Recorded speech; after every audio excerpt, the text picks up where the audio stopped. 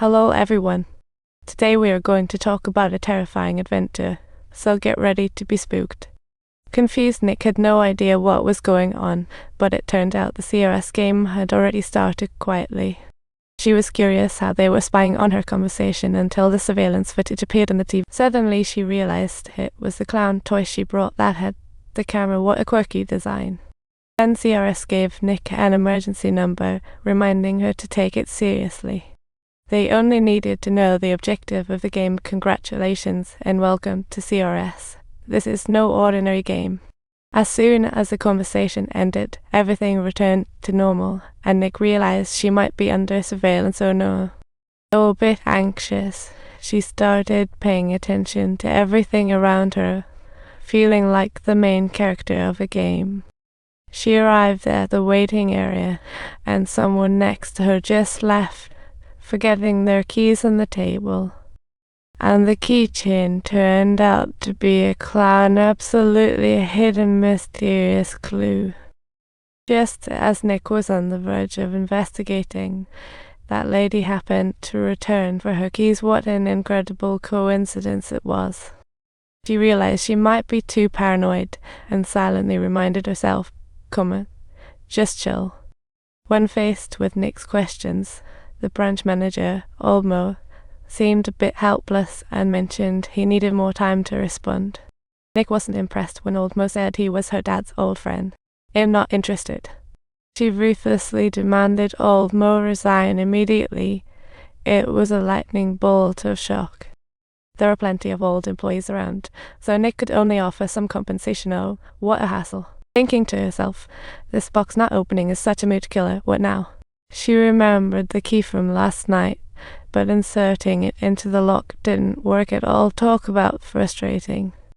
Nick calmly walked out of the office, but then went wild outside, frantically banging the box. What a sight. This life had indeed made her self-centered look. I have no time for this. Back in San Francisco, she asked her secretary to contact her brother, but saw him not all night. Getting ready to leave, she accidentally bumped into the waitress, Jinjai, spilling drinks everywhere. What a mess. Jinjai kept apologizing, but Nick, in a bad mood, snapped at her. Really not worth it. Then, the hotel manager fired Jinjai to soothe Nick. What a tragic turn of events. Nick picked up the menu, but then turned to chase after Jinjai, asking what happened. Jinjai didn't want to mind. After all, she had just lost her job, quite helpless. Just as Nick was about to continue chasing, a drunk man suddenly collapsed in front of them. Talk about drama. Jinjai immediately rushed in to give first aid and asked Nick to call an ambulance. Nick originally didn't want to care, but Jinjai shot her a look, so she reluctantly picked up the phone. Already filled with game vibes, a police car passed by, and the ambulance arrived just in time. The police asked Nick and Jinjai to the hospital for statements, and she thought, don't fool me again. In the car, Nick started explaining to Jinjai about the note she received. Jinjai looked at her skeptically, as if she were an alien. After arriving at the hospital, the paramedics had just lifted the patient out of the car when suddenly the lights went out. Everyone vanished, and Nick instantly realized CRS was up to their tricks again. She hurriedly told Jinjai the drunk man collapsed after joining a real game. Jinjai looked at her like, "What are you talking about?" and made it clear she didn't believe her. Just then, the elevator door opened, but it wouldn't respond. Super frustrating. Nick thought of the key once more and gave it another try, and to his amazement, it actually turned. What an unexpected, pleasant surprise it was. But halfway through, the elevator broke down, and they couldn't communicate, both exhausted from climbing out. Nick remembered her question to Jinjai and exclaimed, "OMG, my briefcase was left in the elevator." But it was too late.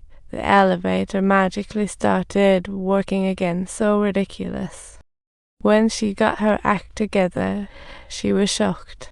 They ended up at the entrance of CRS. Before Nick could explain, alarms went off, and Jinjai bolted without looking back. Nick hurriedly followed, thinking to herself, they couldn't get any crazier. As they ran with their hearts racing, they realized no one was chasing them. What a laugh. Later, Nick ended up bringing Jinjai back to the office, and Jinjai said, "I need a shower." Nick had no reason to refuse. When Jinjai took off her clothes, Nick was left utterly bewildered. When the taxi arrived, Nick sent Jinjai off, but her mind was still spinning. The next day, she received a call from the hotel, saying she had left her bank card there. She was dumbfounded. She definitely didn't stay at the hotel, but her wallet was missing the card. How frustrating. The hotel informed her that a room, flowers were ready, and a young woman would arrive. With no other choice, Nick could only head to the hotel, thinking this was exhausting. Her conversation with the staff made Nick feel like she had done something unbelievable last night. What a mystery. After getting the room key, she was totally flabbergasted. How could this happen? The room was filled with inappropriate items.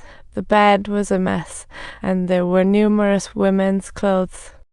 What's worse, her own clothes were there too. Everything was out of order. Her handbag left in the elevator was there, but all the money and proof were missing. So helpless.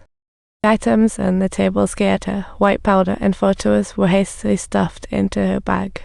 She left the hotel, but sensed something was off. A car was quietly following her. She quickly turned into an alley, only to bump into her lurking stalker. "Look, everyone!" Nick's confidence had soared instantly and completely. Mistaking it for another CRS prank, she shot and popped a tire. Who would have thought? The man confessed to being a private detective, but was only following her. It was shocking. After hearing this, Nick genuinely wanted to know what to do next.